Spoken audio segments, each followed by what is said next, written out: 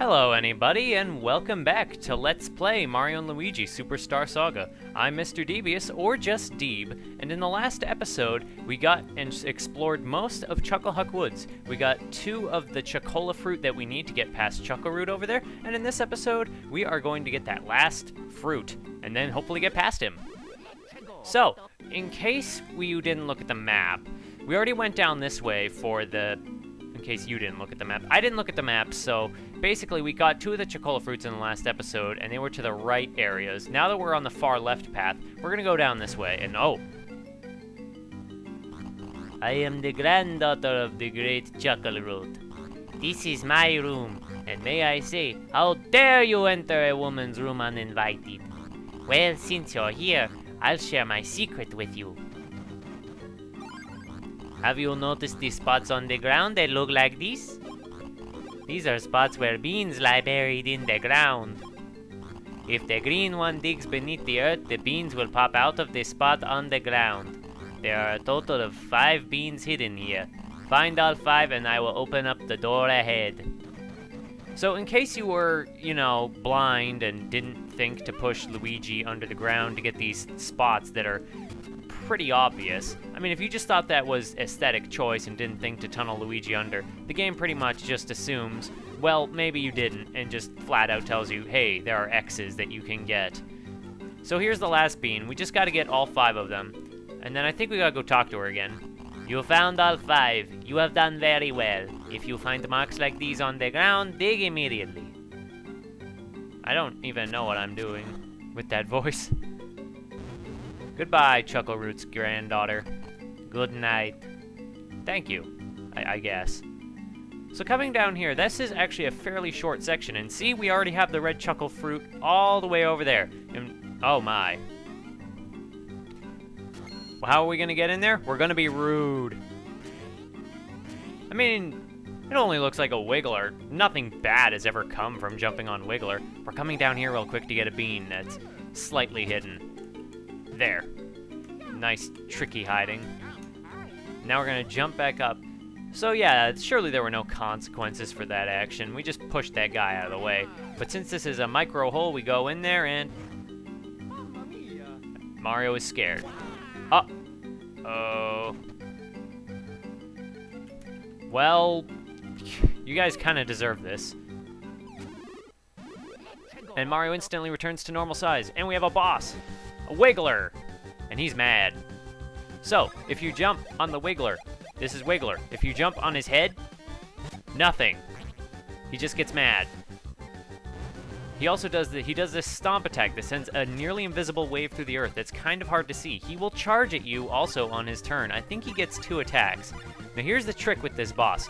You cannot harm him while his face is red. Well, how do you get his face to not be red? You have to make each individual segment of his body yellow again. And when he charges at you and you have to jump over his body, whatever segment you hit will change color to sort of, reflect that. If you hit yellow, it turns back to red. So, and if you hit him on the head, all of his body segments return to red. So you really don't want to hit the head. And sometimes it might just actually be more, what's the word? It might be smarter just not to attack him at all. Because if you attack a body segment now while he's weak, he will just instantly enrage again, and then you'll die. You'll die. No, you won't die, but if you attack a segment, all the segments will return to normal. So yeah, you don't get very many hits. You only get 1 hit on his body, including his head, before he enters rage again. And then you just need to go back to hitting his body. He doesn't have very much HP, though, because of the nature of this fight, where you can't really hit him very often for damage, which is good. So you just jump on his body, and his other sections. He doesn't really have that much to him. The interesting thing about Wiggler is there is a Wiggler fight. Oh, and see, that's what happens if you mess that up. The interesting thing about Wiggler is he has a boss fight. There's some kind of Wiggler fight in every Mario and Luigi game, and that's really interesting. And if I ever do them in the future, that'll be neat. See, that is the consequence of hitting his body. And now he'll stomp and shake the earth, and we will be sad. After I change his color back to yellow this time, I'm going to finish him off, and I'm pretty sure I can do that with 1 brother attack. I'm pretty confident that I can. Pretty confident, anyway. I mean, when has my confidence ever led me wrong? Now, problem is, if you hit left when you're selecting body parts, it'll instantly go to the back thing. So you have to cycle through it to the right, I think. And that's kind of annoying, but not a whole lot you can do about that. So let's hit him in the middle segment, and now that he's yellow, he will charge at us again. I'm just going to take the hit, because just so I can finish him off here. Just so this battle doesn't take too long. And I think, yep, that takes him out. Because he's just a mini-boss and not a real boss, he doesn't get a huge explosion, just a reasonably sized explosion. And now he cries! We just kicked that guy out of his home in order to go in here and get this stupid fruit. We harassed him while he was hiding in there, and then we attacked, and then he attacked us, he defended himself, and then we killed him. Well, we didn't kill him, we just chased him away. We will never see him again. Poor guy. So now that we have all 3 Chuckle Fruits, that didn't take very long at all, we're going to be going back to Chuckle Root, and maybe that guy will finally let us pass, and maybe, just maybe, there will be secrets. Good secrets. But before we go up and talk to Chuckle Root, I'm going to go and heal up. Because, well, you gotta pay attention to this thing. Game doesn't heal you for you. You have to always keep track of your own stats. The game is easy enough that you don't notice when you get into mortal danger, and it can catch you off guard when you get into a big fight. You found all 3 Chuckle Fruit types. I am amazed. Very well. You passed. Very well. Go. Yes! Oh, yes! The path is open! We were stuck and couldn't get past here, see? Hiding here and waiting for a couple of schmoes was brilliant. Alright, rookie, let's not waste any more time. We're golden, see? Ah, Mario Brothers, why are you so slow on the draw? We gotta stop those guys before they get to the Chuckola Reserve. This is spooky. This is the area leading up to somewhere secret. Well, as Chuckle Root told us in the previous episode, it actually leads up to Mother Chuckalola, which is apparently a Chuckola tree. And specifically, oh, another save point. This is unnecessary. Yet I hit it anyway. So we're gonna come up here, and this tree is not as majestic. It's more majestic on the inside. Ooh.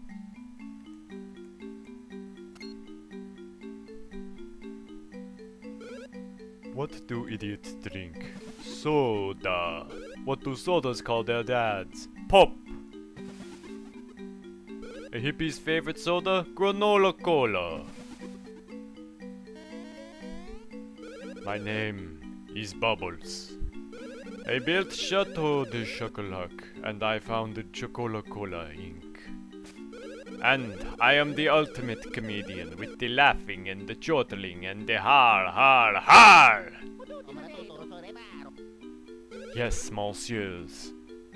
Indeed, what you see before you is the most legendary of sodas, the Chuckola Reserve. And I am pleased to tell you, this Chuckola Reserve is yours to enjoy. Huh. Too easy. Ah, ha! I have worked on Chuckola Reserve for 1,000 years, telling joke after joke so it would mature, and then mature some more, and then yet more, until at last the greatest soda of all would be completed with the fizz and the tastiness. Because it is a soda of such high caliber and repute, rude guests meet a fate such as this. Un, deux, trois! That's no ordinary soda, see? We can't stand up to such a beverage. The great Chuckola Reserve is a thing to savor, with the flavor and the tang and the yum in the belly. What?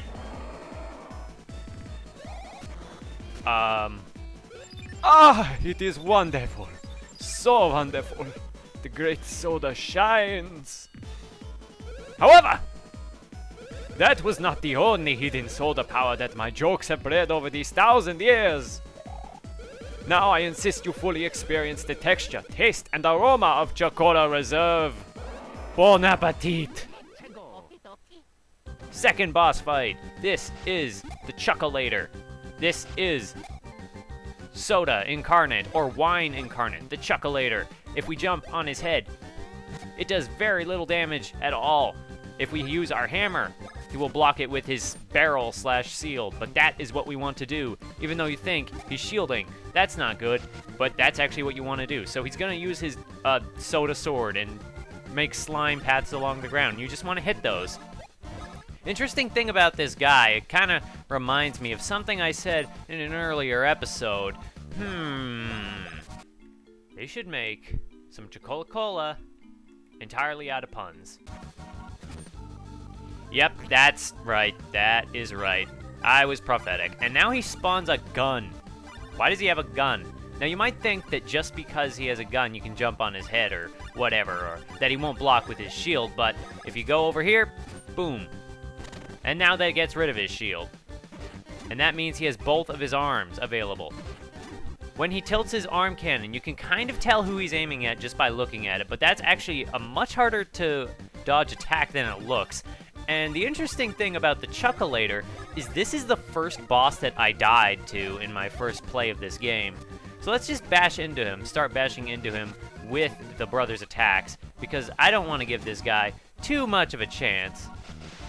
Oh, but you definitely want to be at the right level for this guy, because he's pretty tough, for all things considered.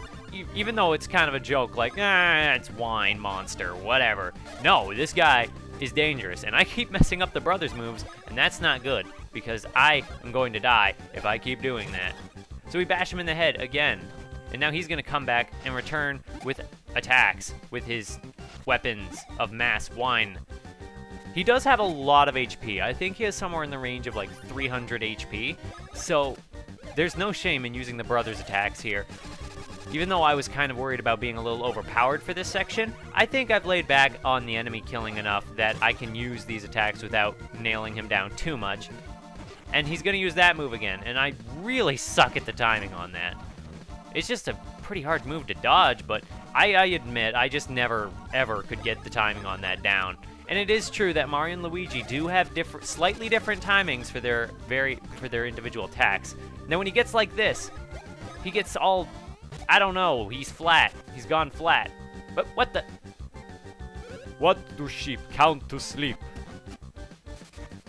That's not a joke. That's just play on words.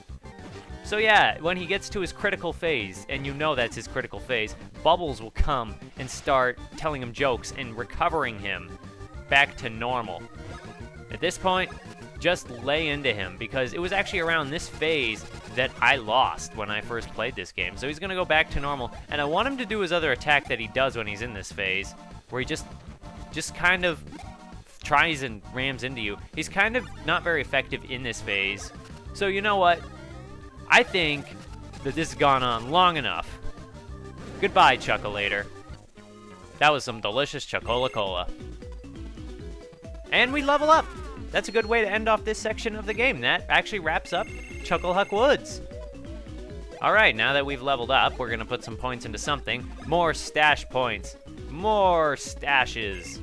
We're up to 29, not bad. Luigi, I think I will put points into... I'm not sure. Specifically, the longer you put off putting points into one category, the more points it'll have. So I don't think we ever put points into Luigi's power, so they're all high. But we most recently put it into stash and BP, so those will be relatively low. So that's a good way of balancing the game to keep you from just spamming all of your points into one category. You can, but you're not likely to get good results. No! But the jokes, the puns, the humor I've saved up over the last 1,000 years. Dude, no! Well, au revoir!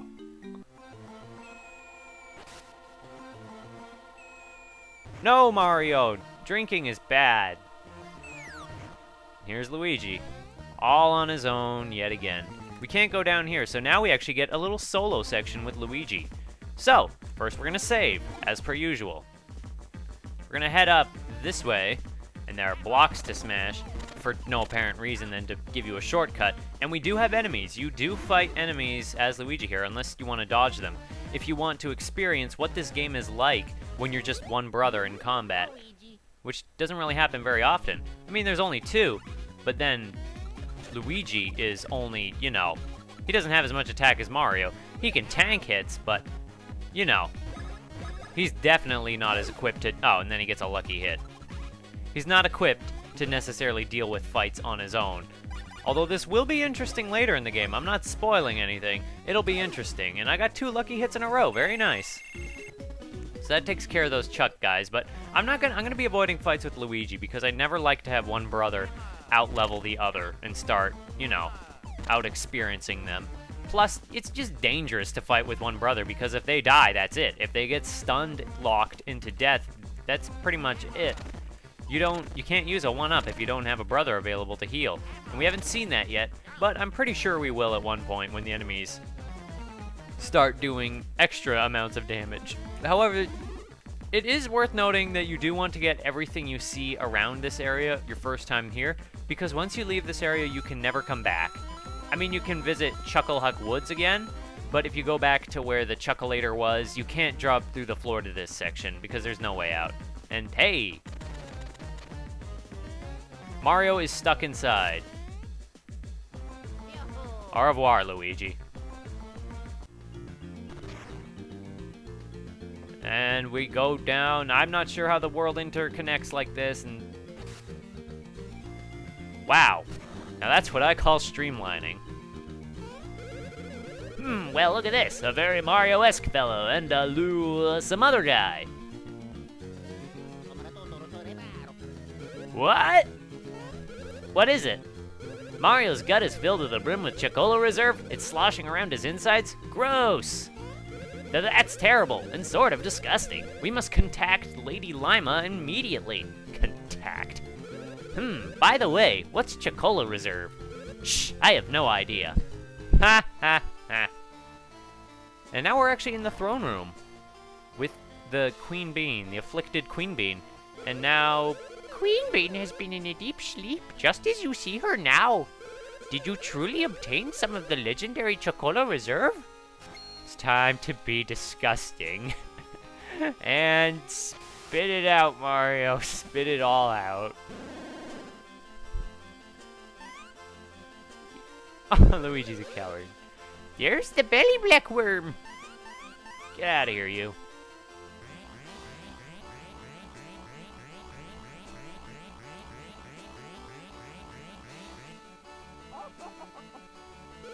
Ooh, success! A truly repugnant, yet truly tremendous success! Queen Bean has returned! Whoa. Ah, that's the hardest I've laughed in a long, long time. Well done, Lady Llama. No, Your Highness, it is not I, but rather the Mario Brothers whom you must thank. So Cackletta has stolen Princess Peach's voice in the Beanstar. It was my fault. Nonsense, but why would Cackletta steal the Beanstar and Princess Peach's voice in the first place? Story time! The Beanstar is the protector of this land, and it has the power to grant any and all desires. To prevent such power from being used for evil, the Beanstar was cast into a deep sleep. It is said that the voice of a great beauty is required to wake the Beanstar from its slumber. It must be the voice of a pure and noble soul. In this day and age, Princess Peach is the only one who possesses such a voice. Well, that's awfully judgmental of you. So, the reason Cackletta stole Princess Peach's voice... Aha! She must plan to awaken the Beanstar and fulfill all of her desires! Maybe get some hair. And there's no mistaking her one true desire. To rule the world! Well, fear not. I foresaw this desire of hers long, long ago. We are prepared. Card for card, we have a better hand than she. Your Highness, Prince Peasley has arrived. Perfect timing. Master Mario, Master Luigi, head out to meet Prince Peasley. Shake the earth. Why don't you? Where was Prince Peasley? That's a good question. What cards have you drawn, Your Highness? So, now that we have saved Queen Bean, this has opened up, actually, the throne room of Bean Castle. And that's pretty much all there is to it. I am so relieved that Queen Bean has recovered. Belly black worms are just so blech. Well, that's the point. I am so relieved. Yeah, you say the same thing. It would be great if no one attacked the town or castle anymore. Yeah, that'd be nice. Don't we all want to live in that world?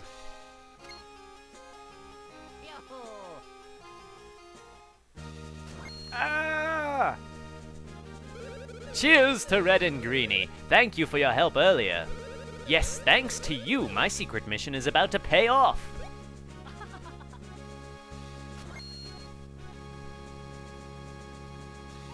Prince Peasley, excellent work on your mission. You wouldn't even know. Have you learned the whereabouts of Chuckola? Thanks to you. Absolutely. Southeast of this castle is Woohoo University, our local research institution. Chuckola and her underlings have just snuck in there, into Woohoo University. Yes, of course, Woohoo University is the perfect place to awaken the Beanstar. I intend to march into Woohoo University right this instant. May we meet again. Ah, my eyes.